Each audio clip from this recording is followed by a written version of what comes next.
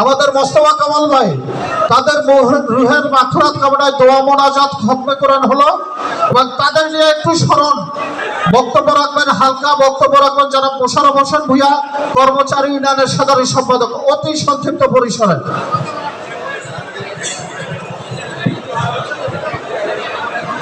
বিসমিল্লাহির রহমানির রহিম। রমজান মোবারক।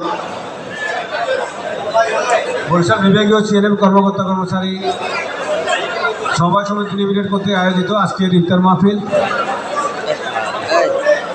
ইফতার মাহফিলের পাশাপাশি আমাদের শ্রদ্ধেয় সাবেক উপদেষ্টা নাসিরউদ্দিন শিকদার ভাই, ওনার মৃত্যু, এবং আমাদের মোস্তফা কামাল ভাই আমাদের সাবেক উপদেষ্টা আমাদের মাঝ থেকে চলে গেছেন। অত্যন্ত ভালো লাগছে যে ওনাদের স্মরণ সভাও করছে আজকে আমরা ওনাদের জান্নাত কামনা করছি। পাশাপাশি আয়োজককারীকে ধন্যবাদ জানাচ্ছি একটা সুন্দর আয়োজন করার জন্য।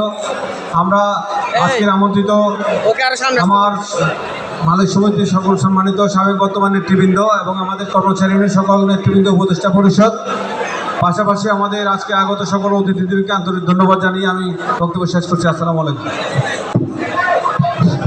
ধন্যবাদ সম্মানিত সাধারণ সম্পাদক সিবিএ 234।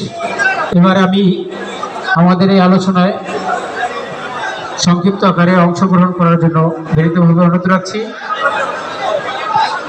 সিবিএ 234-এর সম্মানিত সভাপতি জনাব খায়রুল বাশার মিল্টন সাহেবকে সংক্ষিপ্ত আকারে, একদম সংক্ষিপ্ত আকারে, সময় খুবই কম। সম্মানিত সভাপতি সিবিএ 234। আসসালামু আলাইকুম প্রিয় মুসল্লি ভাইয়েরা।